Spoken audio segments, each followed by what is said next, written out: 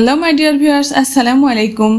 Cooking এর পক্ষ থেকে আজকের এপিসোডে আপনাদের জন্য নিয়ে আসলাম একেবারে আনকমন ও দুর্দান্ত স্বাদের একটি মিষ্টি রেসিপি।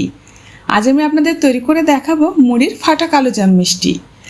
মিষ্টি তো জীবনে অনেক খেয়েছেন, ইভেন কালোজামও খেয়েছেন, কিন্তু এই ফাটা কালোজাম কি কখনো খেয়েছেন? দেখে নিশ্চয়ই বুঝতে পারছেন কতটা পারফেক্ট হয়েছে মিষ্টিগুলো। তাহলে চলুন দেখে নেওয়া যায় কীভাবে সুস্বাদু মিষ্টি তৈরি করা যায়। এখানে নিয়ে নিয়েছি নরম হয়ে যাওয়া মুড়ি। মুড়িটা কিন্তু একেবারে নরম হয়ে গেছে, আমি দেখিয়ে দিচ্ছি। এখানে 4 কাপ পরিমাণ মুড়ি আছে। মুড়িটা প্রথমে একটু গরম করে নিব, কারণ মচমচে না হলে কিন্তু মুড়িটা ব্লেন্ড করা যাবে না। আপনারা যদি নরম হয়ে যাওয়া মুড়ি ব্যবহার করতে না চান, তাহলে মচমচে মুড়ি একটু ব্লেন্ড করে নেবেন, তাহলে হয়ে যাবে। হালকা আছে প্যানের মধ্যে একটু নেড়ে চেড়ে মুড়িগুলো গরম করে নিয়েছি। নেওয়ার পরে তারপরে আমি ঠান্ডা করে নিয়ে তারপরে ব্লেন্ড করে নিব।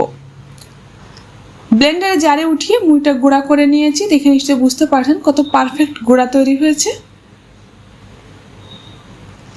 গুঁড়াগুলো কিন্তু একেবারে মিহি হয়েছে, এগুলো চালার কোনো দরকার নেই, এগুলো একবারে পারফেক্ট গুঁড়া হয়ে গেছে।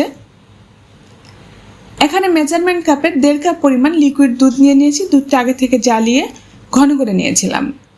3 টেবিল চামচ পরিমাণ চিনি দিয়ে দিলাম, দিয়ে চিনিটা গলে যাওয়া পর্যন্ত অপেক্ষা করছি।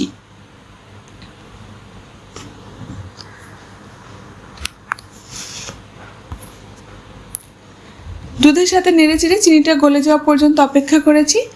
দুধটা বেশিক্ষণ ফোটাবো না, কারণ আমি আগে থেকে দুধটা জ্বালিয়ে ঘন করে রেখেছিলাম। দুধটা যখন গরম হয়ে উঠবে, এই পর্যায়ে আমি মুড়ির গুঁড়াগুলো সবটুকু দিয়ে দিলাম। চুলার আঁচ একেবারে লো হিটে করে দিয়ে তারপরে অনবরত নেড়ে চেড়ে এটা তৈরি করে নিব। এই মিষ্টি তৈরি করার ক্ষেত্রে কিন্তু ডোটা একেবারে ইম্পর্টেন্স একটা ব্যাপার। আর আমি এই ফাটা কালোজাম তৈরি করার ক্ষেত্রে বেশ কিছু টিপস এই রেসিপির মধ্যে শেয়ার করেছি। এগুলো কিন্তু অবশ্যই ফলো করতে হবে, তাহলে এরকম পারফেক্ট নরম তুলতুলে মিষ্টি তৈরি করতে পারবেন।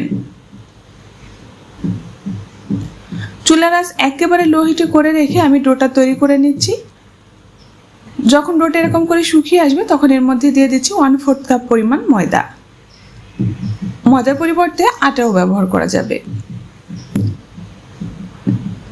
নেড়ে চেড়ে খুব সুন্দর করে ডোটা তৈরি করে নিয়েছি। এবার আমি শিরা তৈরি করে নিব। 1.5 কাপ পরিমাণ চিনি প্যানের মধ্যে দিয়ে দিলাম। মেপে মেজারমেন্ট কাপের 2 কাপ পরিমাণ পানি দিয়ে দিচ্ছি। মিষ্টির পরিমাণটা আপনাদের নিজেদের উপর ডিপেন্ডেবল। যদি আরও বেশি মিষ্টি খেতে চান, চিনির পরিমাণ আর একটু বাড়িয়ে দিতে পারবেন। 3টে এলাচ দিয়ে দিলাম, মাথাটা একটু ফাটিয়ে দিয়েছি, তাতে করে সুন্দর একটা স্মেল আসবে শিরার মধ্যে।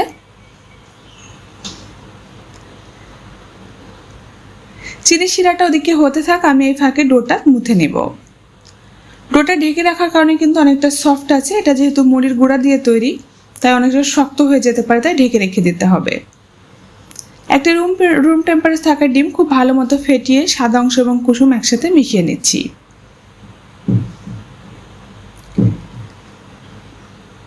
ডোটা যেন শক্ত না হয়ে যায়, এটা একটু খেয়াল রাখতে হবে। এজন্য আমি কিছুটা এখানে ডিমের মিশ্রণ ব্যবহার করব। যতটা লাগে মিশ্রণ এখানে ব্যবহার করতে হবে। ডিমের সাইজের উপর ডিপেন্ড করে কম বেশি লাগতে পারে, তবে একটু খেয়াল রাখতে হবে ডোটা যেন অনেক স্মুথ হয়। দেখে নিশ্চয় বুঝতে পারছেন এরকম আঠালো এবং স্মুথ একটা ডো তৈরি করে নিয়েছি।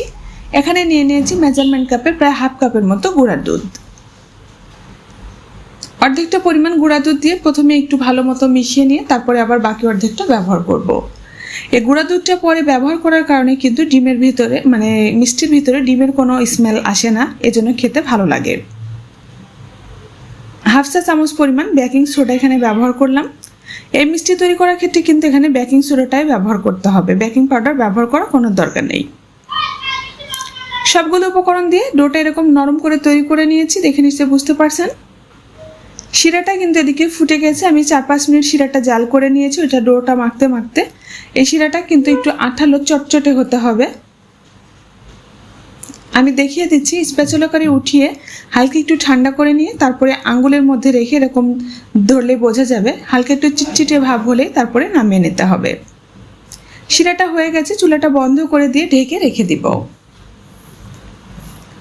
মিষ্টিগুলো শেপ দিয়ে দিব। এখানে কিন্তু ডোটা একদম নরম করে তৈরি করতে হবে, না হলে কিন্তু মিষ্টিগুলো পারফেক্ট হবে না, ভেতরে শক্ত থেকে যাবে, ভেতর পর্যন্ত শিরা ঢুকবে না। কিছুটা পরিমাণ ডো নিয়ে এরকম রাউন্ড শেপ করে মিষ্টি তৈরি করে নিচ্ছি। দেখে নিশ্চয়ই বুঝতে পারছেন কত স্মুথভাবে মিষ্টিটা তৈরি হয়েছে। স্কিনে কিন্তু কোনো রকমের ফাটল নেই, কিন্তু মিষ্টিগুলো কিভাবে ওরকম করে ফেটেছে সেটা আমি আপনাদের সাথে শেয়ার করব। আর মিষ্টিগুলো কিন্তু এরকম করে ফাটার কারণেই ভেতর পর্যন্ত শিরা ঢুকে একেবারে নরম তুলতুলে হয়ে গেছে। আর মিষ্টিগুলো খেতে যে কি হেভি হয়েছে, যখন বাসায় ট্রাই করবেন তখনই বুঝতে পারবেন। সবগুলো মিষ্টি তৈরি করে নিয়ে চুলে একটা প্যান বসিয়ে প্যানের মধ্যে তেল দিয়ে দিয়েছি। একেবারে ঠান্ডা তেলের মধ্যে কিন্তু মিষ্টিগুলো দিয়ে দিতে হবে। আমি আঙ্গুল দিয়ে দেখিয়ে দিলাম তেলটা গরম হয়েছে কিনা। তেল যদি গরম হতো তাহলে কিন্তু আমি আঙ্গুল দিতে পারতাম না, এটা দেখে নিশ্চয়ই বুঝে গেছেন।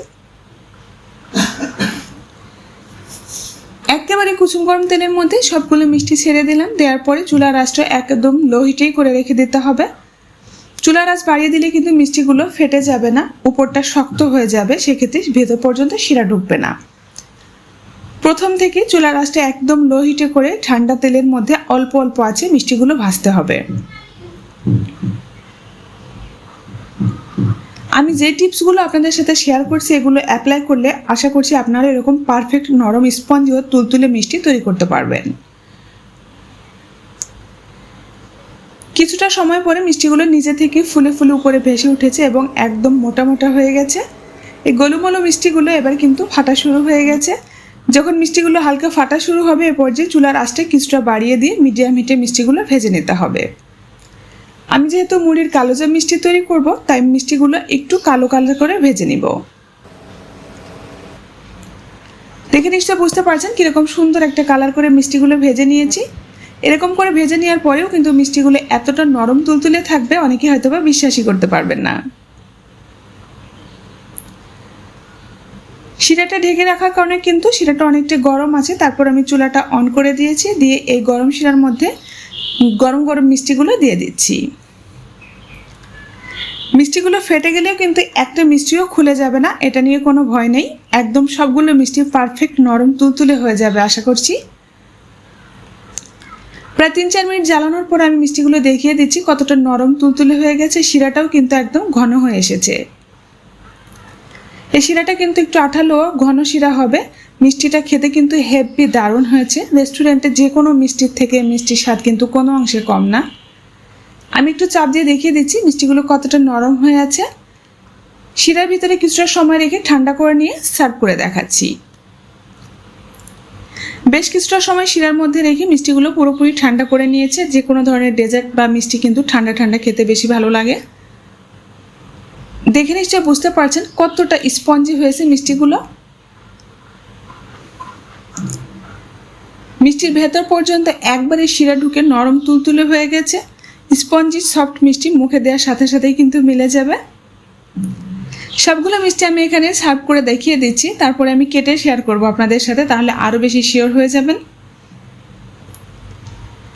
ভাবাই অসম্ভব যে ঘরে পড়ে থাকা নরম হয়ে যাওয়া মুড়ি দিয়ে যে এত টেস্টি মিষ্টি তৈরি করা যায় বাসায়, মানে যখন তৈরি করবেন তখনই বুঝতে পারবেন।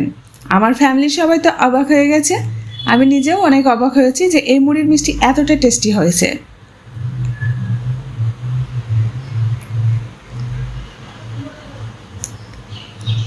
নরম হয়ে যাওয়া মুড়ি দিয়ে এই মিষ্টিগুলো তৈরি করে নেওয়ার পরে তারপরে আমি আপনাদের সার্ভ করে দেখিয়ে দিলাম। আশা করছি আপনাদের সবার কাছে অনেক ভালো লাগবে। আমি মিষ্টিগুলো একটু কেটে শেয়ার করব আপনাদের সাথে।